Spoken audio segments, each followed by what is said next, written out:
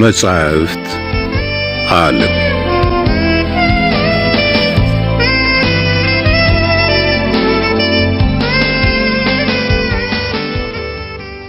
እፎይታ ደራሲ አሌክሳንደር ዱማስ ትርጉም ተሾመ ዳምጠው ተራኪ ደጀኔ ጥላሁን እፎይታ ዘ ካውንት ኦፍ ሞንቴ ክሪስቶ ክፍል 37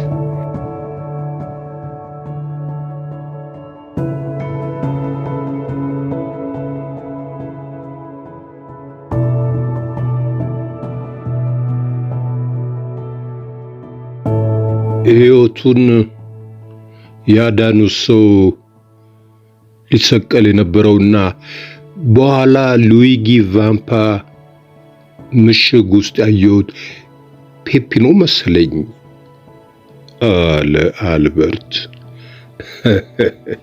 ይሆናል ነበር የእንደራሴው ፈገግታ የተቀላቀለበት መልስ።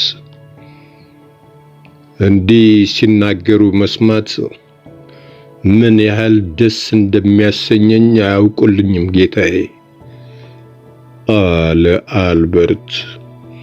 ከማውቃቸው ሰዎች ሁሉ የተለዩ እንደሆኑ ለነዚህ ጓደኞቼ ብነግራቸው ከሚያውቁት ሕዝብ በስተቀር ልዩ ሰው ያለ ስለማይመስላቸው ሲስቁብኝ ነበር ያረፈዱት። እባክዎ በኢጣሊያ ሽፍቶች ተይዤ ሞቴን ስጠባበቅ እርሶ ደርሶ እንዳስፈቱኝ ያስረዱልኝ።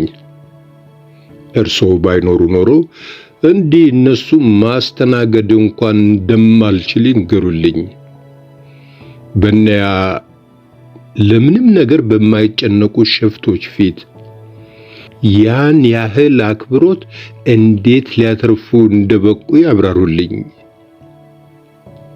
ዝናው የሚነገርለትን ሉዊጊ ቫምፓን ከ10 ዓመታት በላይ አውቀዋለሁ አለ እንደራሴው። አንድ ቀን ሉዊጊ ቫምፓ ገና ለግላጋ ልጅና በግ ጠባቂ ሳለ መንገድ ጠፍቶብኝ ስለጠቆመኝ የወርቅ ሳንቲም ሰጠሁት። እሱም ውለታ ተቀባይ መሆን ስላልፈለገ ለሳንቲሙ መልስ ራሱ የሰራትን ጩቤ ሰጠኝ። ከዓመታት በኋላ ያንን የወዳጅነት ልውውጥ ረስቶ ይሁን ወይም እኔም ባለማወቁ ሊማርከኝ ሞከረ። ዳሩ ግን ነገሩ የተገላቢጦሽ ሆነና በደርዘን ከሚቆጠሩ ጭፍሮቹ ጋር ብቻዬን ማረኩት። በኢጣሊያ ሕግ ፊት አቅርቤ ሽልማት መቀበል በቻልኩ ነበር። ነገር ግን እስከ ጭፍሮቹ ለቀቅኩት። ስለቀውም እኔንና ጓደኞቼን እንደሚያከብር ቃል አስገብቸው ነበር። ለዚህም ነው አስተናጋጃችንን ላድነው የበቃሁት። በተጨማሪም አልበርት ቀደም ሲል እንደገለጽኩልህ አንተም በማትረፍ ሌላም ዓላማ ነበረኝ። ወደ ፓሪስ ጥሪ አድርገህ ከህብረተሰቡ ጋር እንድታስተዋውቀኝ በመፈለጌ ነው። ከ3 ወር በፊት ይህንን ስንነጋገር እንደ ቀልድ ተመልክተኸው ነበረ። ዛሬ ግን ይኸው እውነት በመሆኑ ወደ ኋላ ልትል አትችልም። ቃሌን አከብራለሁ አለ አልበርት። በነገራችን ላይ አለ እንደራሴው ቀበል አድርጎ ሮም በተዋወቅንበት ወቅት ምናልባት ፓሪስ እንደተመለስክ ሳታገባ እንደማትቀር ስትናገር ነበረ። ታዲያ ገና የተረጋገጠ ነገር የለም ክቡር እንደራሴ። ግን በቅርቡ ሚስቴን እንኳን ባይሆን እጮኛዬን ወይዘሪት ዩጂን ዳንግላርን ሳላስተዋውቆ እንደማልቀር ተስፋ አደርጋለሁ። ዩጂን ዳንግላር ሲል እንደራሴው ቃሉን ጠበቅ አድርጎ ደገመው። አባቷ ባሮን ዳንግላር አይደለም እንዴ? አዎ። ያውቁታል እንዴ? ማወቅ እንኳን አላውቀውም አለ እንደራሴው በግዴለሽ አነጋገር። ሆኖም ለንደንና ቪየና በሚገኙት ድርጅቶቼና ሮም በሚገኘው ቶምሶንና ጓደኞቹ በተባለው ድርጅት አማካኝነት ከእሱ ጋር የከፈትኩት ሂሳብ ስላለ በቅርብ ጊዜ ውስጥ ጓደኞች እንደምንሆን ይታየኛል። ቶምሶንና ጓደኞቹ የሚሉትን ቃላት ሲናገር እንደራሴው በዓይኑ ጠርዝ ማክሲሚለን ሞራልን ተመለከተው። ወጣቱ ሻለቃ እሳት እንደፈጀው ሰው ሰውነቱን ሲነዝረው ይታይ ነበረ። ቶምሶንና ጓደኞቹ አለ ጠበቅ አድርጎ። ይህንን ድርጅት ያውቁታል? ሮም ውስጥ ያለኝ የባንክ ድርጅት ነው አለ እንደራሴው ረጋ ብሎ። ምን ነው የምረዳህ ነገር ይኖራል? ምናልባት ብዙ ውጣ ውረድ አድርገን ያላወቅነው ነገር ስላለ ለማወቅ ይረዱን ይሆናል። ያ ድርጅት ለአባቴ ታላቅ ግልጋሎት ያበረከተ ሲሆን በኋላ ግን ግልጋሎቱን ማበርከቱን አስተባብሏል። ላቋርጣችሁና አለ አልበርት ዋናውን ርዕሳችንን የዘነጋን መሰለኝ። ለክቡር የሞንቴ ክሪስቶን ደራሴ ምቹ ቤት ስለ ማፈላለግ ነበረ ስንነጋገር የቆየ ነው።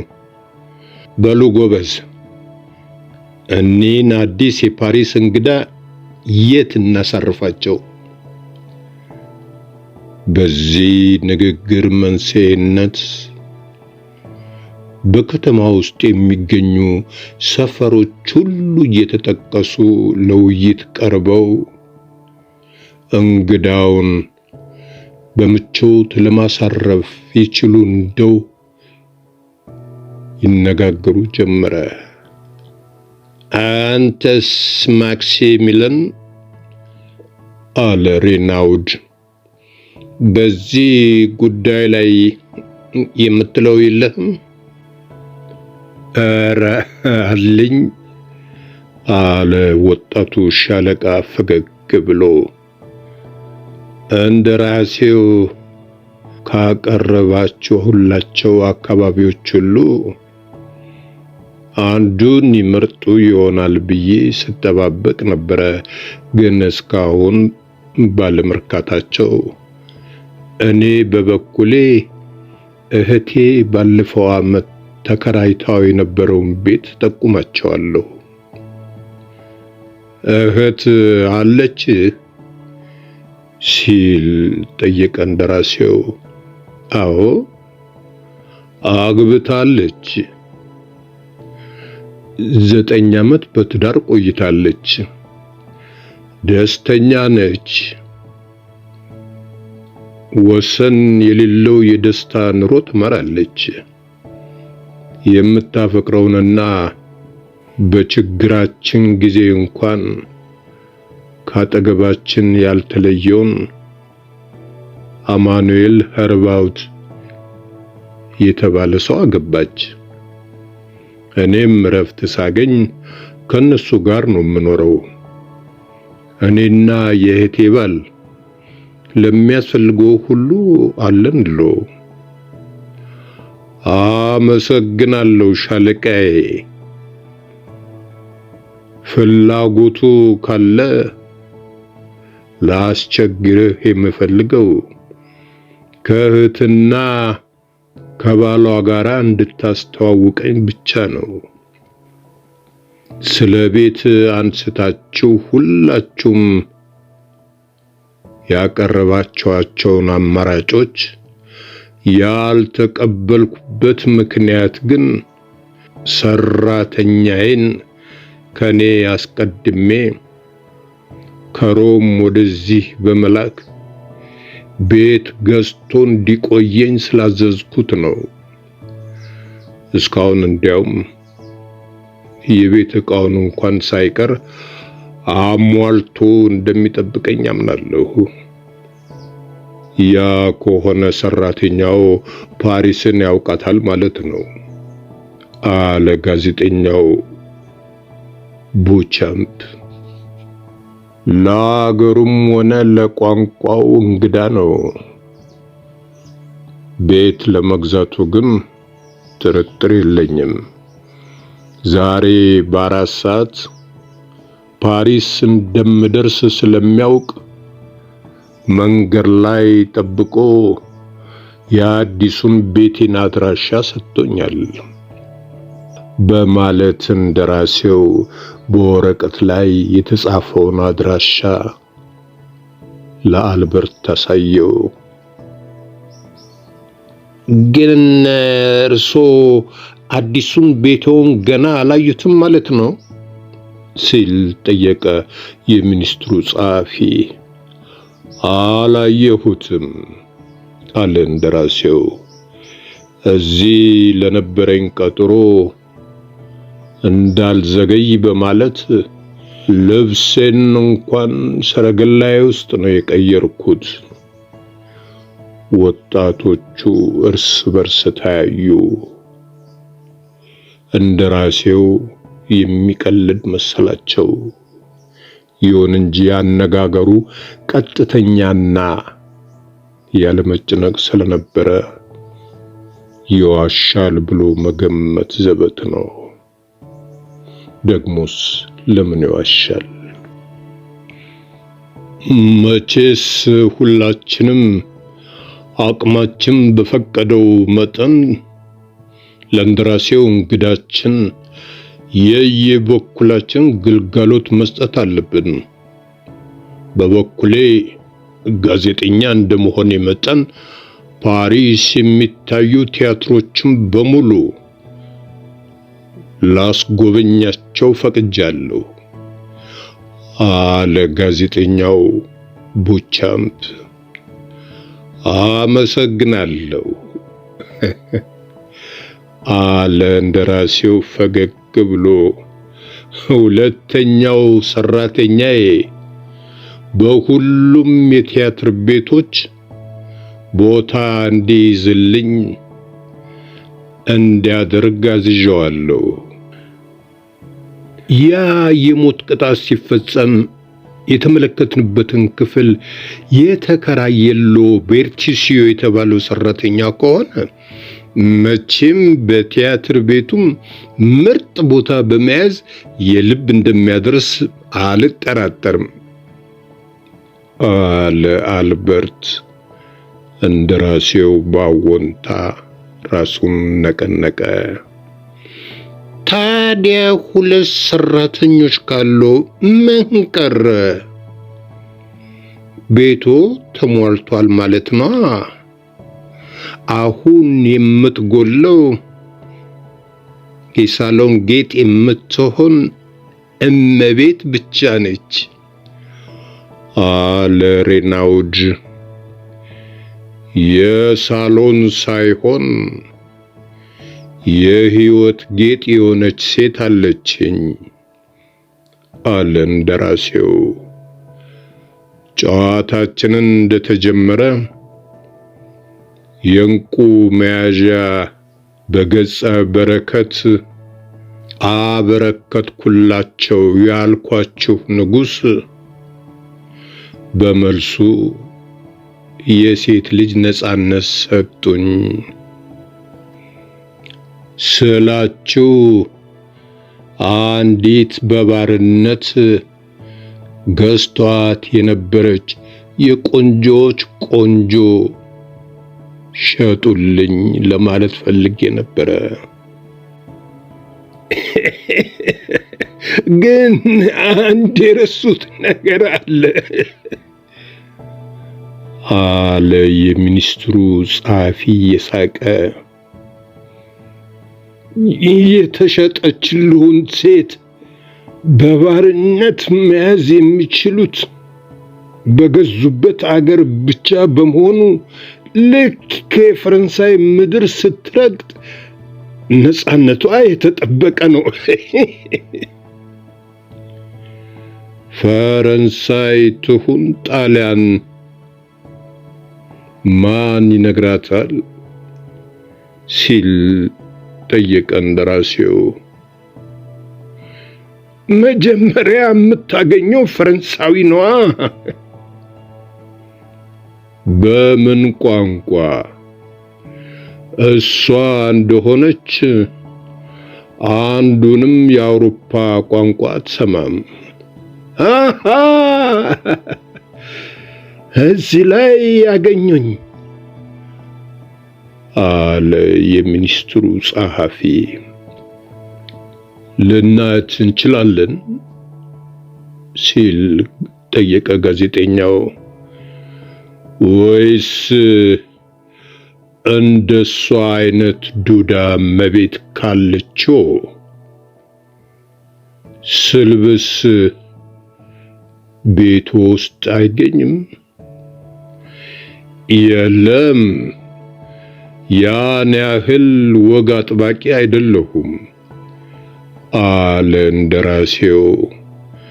ሴትን በጠባቂ የማኖር ፍላጎት ሊኖረኝ አይችልም። ሁሉም የቤቴ ሰዎች ነፃነታቸው የተጠበቀ ነው። ከፈለጉ ቤቴን ትተው ለመሄድ ይችላሉ። እንዲያውም ያ ነፃነት ይመስለኛል ከቤቴ እንዳይወጡ ሕሊናቸውን ተብትቦ የሚያስቀራቸው። በዚህ ሁኔታ ጨዋታቸው ሞቅ ብሎ ከቆየ በኋላ ወጣቶቹ አንድ በአንድ እየተሰናበቱ መውጣት ጀመሩ። ጋዜጠኛው ቡቻምፕ ከበሩ ሲወጣ አልበርትን በጥቅሻ እንዲከተለው ካደረገ በኋላ ዛሬ ወደ ምክር ቤት የሚሄድ አይመስለኝም፣ ስለ እንደራሴው እንግዳ በጋዜጣዬ ማስፈር አለብኝ አለው። በጋዜጣ ከሚገልጹት በላይ ነው አለ ሬናውድ። እስካሁን ካየኋቸው ልዩ ሰዎች የበለጠ ሰው ነው። ልክ ለእንደራሴው አድራሻዬን እንደሰጠኋቸው ቤቴን ለማየት እንደሚፈቅዱ ገለጹልኝ አለ ማክሲሚሊያን ሞራል በኩራት። በመጨረሻም እንደራሴውና አልበርት ብቻ ቀሩ። የፓሪስን የወንደላጤ መኖሪያ በማሳየት የአስተዋዋቂነት ስራዬን እንድጀምር ይፍቀዱልኝ አለ አልበርት ለእንደራሴው። ከዚያም አልበርት ወደ ሳሎን ወስዶ ቤቱን ያስጌጠባቸውን የተለያዩ ስብስቦች፣ ጥንታዊ ቁምሳጥኖችና የጃፓን ሳህኖች፣ የሩቅ ምስራቅ ልብሶች፣ የቬኔሺያ መስታወቶች፣ ከዓለም ዙሪያ የተሰበሰቡ የጦር መሳሪያዎች አስጎበኘው። እንደራሴው ሁሉንም ዕቃዎች አጥርቶ ያውቃቸው ስለነበረ ገና በጨረፍታ ሲመለከታቸው የመጡበትን አገርና የተሰሩበትን ዘመን ሳይቀር አስረዳው። አልበርት ስለ ዕቃዎቹ ለማብራራት ገና በመከጀል ላይ ሳለ እንደራሴው ለአልበርት መጠነኛ የአርኪኦሎጂ የማዕድን ጥናትና የታሪክ ሌክቸር አደረገለት። ቀጥሎም አልበርት እንግዳውን ግድግዳው በዘመናዊ ሰዓሊያን ስራዎች ወዳሸበረቀው ሳሎን ወሰደው። በዚህ ወቅት አልበርት ስለ ስዕሎቹ ለእንግዳው አንዳንድ ገለጻ እንደሚያደርግ ጠብቆ ነበረ። ይሁን እንጂ እንደራሴው እንግዳ ከስዕሎቹ ጋር የተጻፉትን ፊርማዎች ሳያይ እያንዳንዱ ስዕል በማን እንደተሰራ ሲነግረው በዓለም የሚገኙ ዕውቅ ሰዓሊያንን ማንነት በደንብ አጣርቶ ማወቅ ብቻ ሳይሆን የእያንዳንዱን ሰዓሊ ተሰጥኦ ጠንቅቆ የመረመረ ይመስል ነበረ። ከሳሎኑ ቀጥሎ የገቡት ወደሚያምረው የመኝታ ክፍል ነበረ። በዚህ ክፍል የሚታየው ስዕል አንድ ብቻ ነው። እንግዳው ይህን ስዕል ሲመለከት ለረጅም ጊዜ ፈዞ ቀረ። በስዕሉ ላይ ዕድሜዋ 26 ዓመት አካባቢ የሚሆን ውብ እመቤት በካታላን የአሳ አጥማጅ አለባበስ አጊጣ ወደ ባህር ስትመለከት ያማረው ቁመኗ ከሰማዩና ከማዕበሉ ጎን ለጎን ይታያል።